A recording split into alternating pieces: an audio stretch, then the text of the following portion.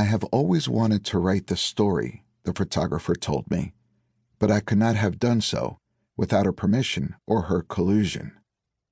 Other people's stories are inviolable territory, or that's how it's always seemed to me, because often there is something in them that informs or defines a life, and stealing them in order to write them is much worse than revealing a secret.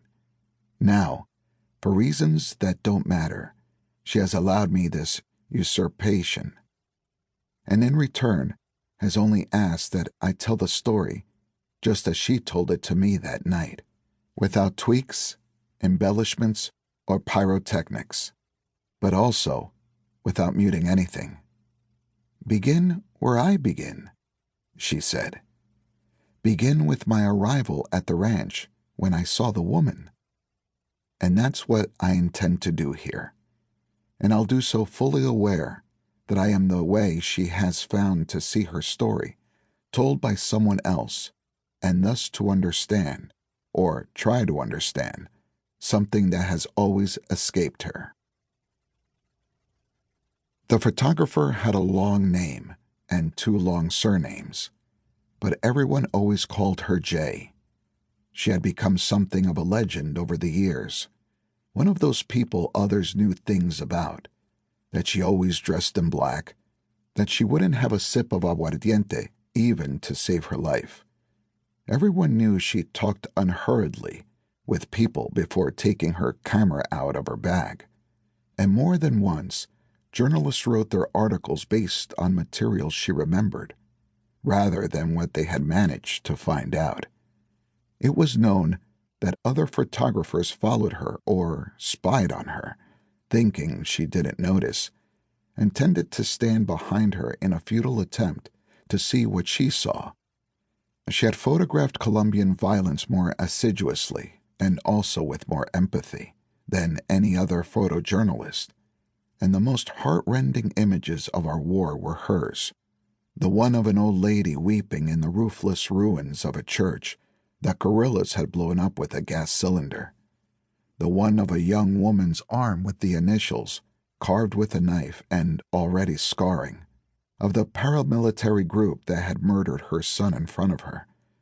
Now, things were different in certain fortunate places.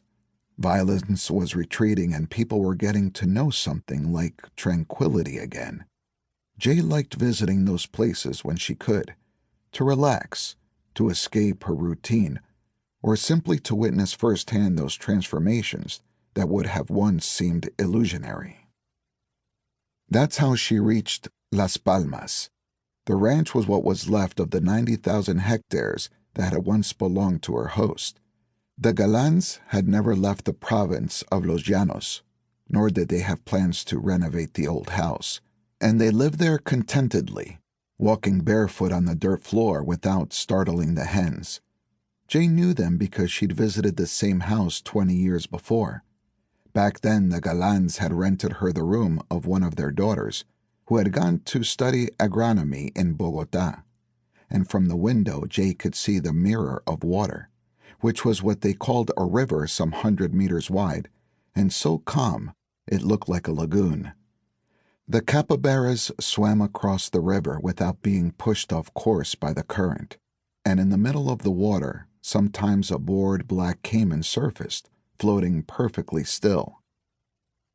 Now, on this second visit, Jay would not sleep in that room full of someone else's things, but in the comfortable neutrality of a guest room, with 2 beds and a nightstand between them. She would use only one bed and even had a hard time deciding which one. Everything else was the same as before. There were the capybaras and the caimans and the calm water, the stillness of which had been increased by the drought. Most of all, there were the people, because the Galans, maybe due to their reluctance to leave the ranch, except to buy supplies, had managed to get the world to come to them. Their table, an enormous wooden board next to a coal-burning stove, was invariably full of people from all over, visitors from the neighboring ranches or from Yopal, friends of their daughters with or without them, zoologists or veterinarians or cattle ranchers who came to talk about their problems, That's how it was this time, too. People drove 2 or 3 hours to come and see the galans. Jay had driven 7, and she'd done so with pleasure, taking time to rest when she stopped for gas, opening the windows of her old Jeep to enjoy the changing smells along the road. Some places have a certain magnetism, perhaps unjustified, that is made up of our mythologies and our superstitions. For Jay, Las Palmas was one of those places, and that's what she was looking for.